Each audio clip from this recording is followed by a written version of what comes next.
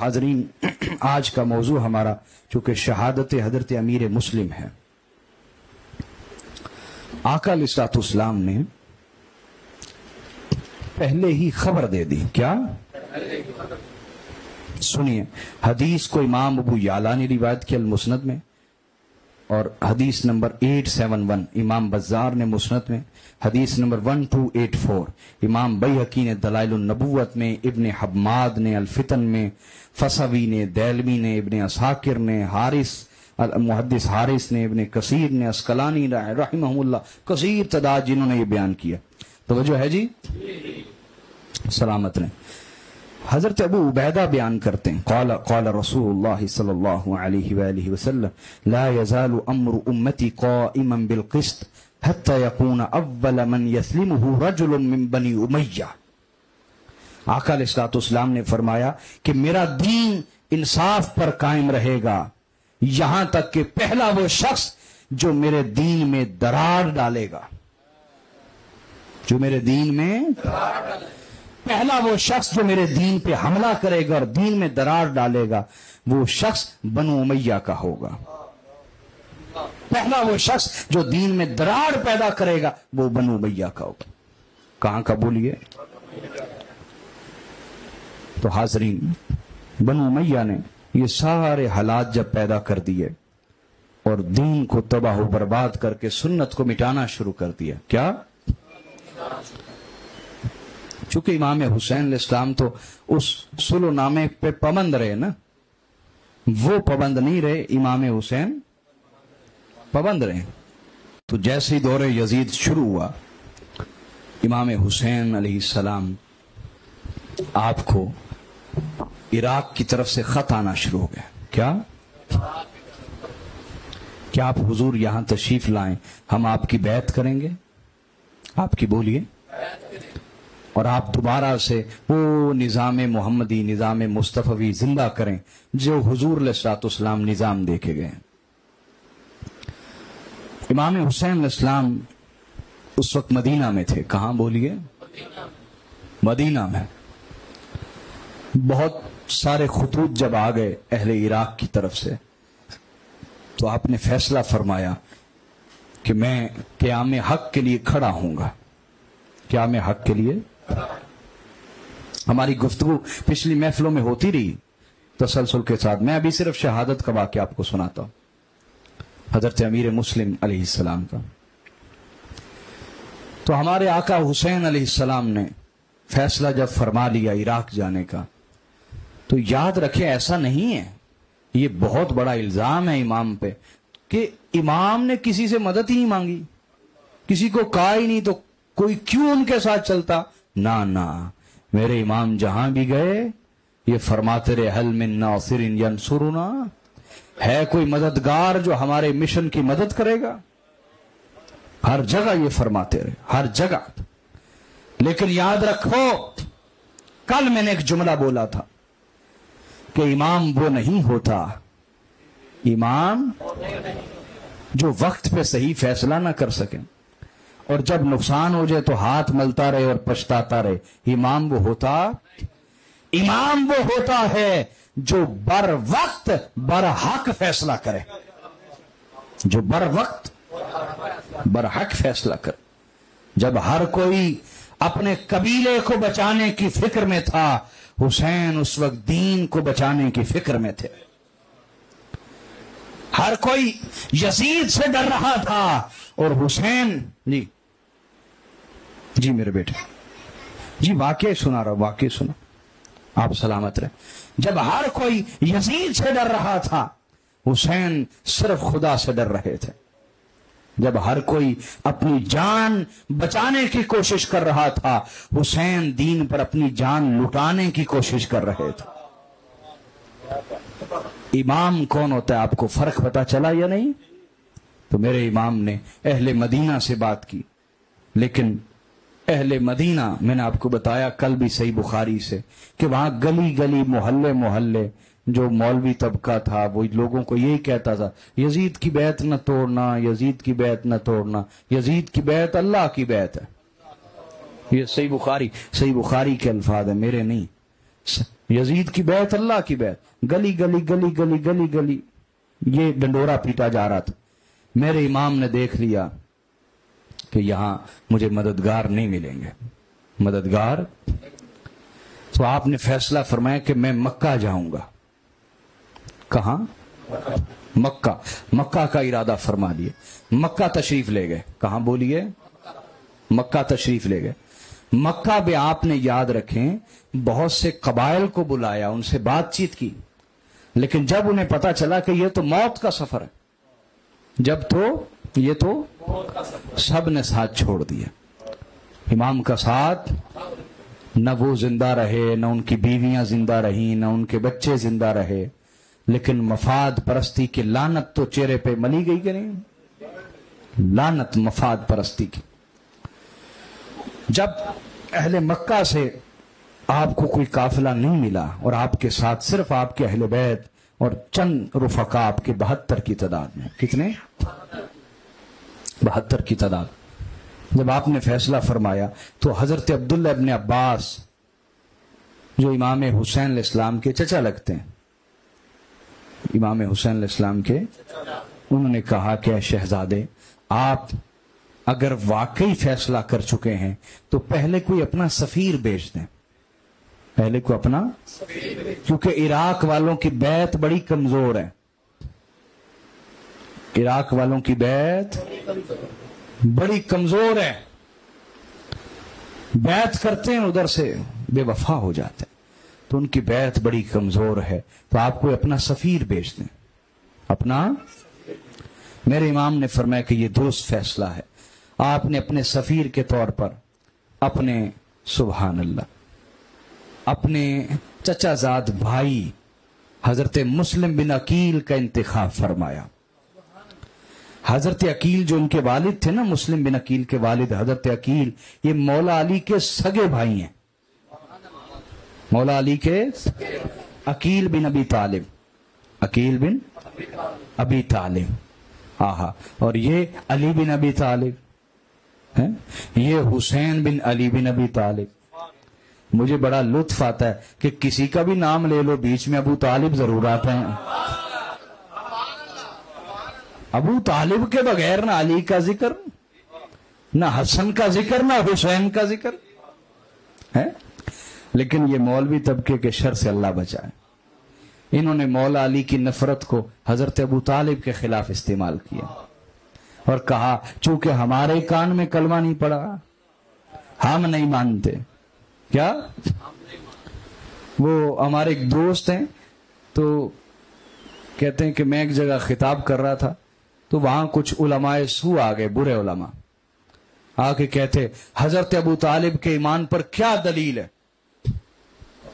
تمہارے پاس؟ حضرت ابو طالب کے ایمان پر کہتے، میں نے کہا ابو طالب کی شان بڑی اونچی ہے، تم سارے مولوی مل کے نا پہلے اپنے ایمان کی دلیل دو،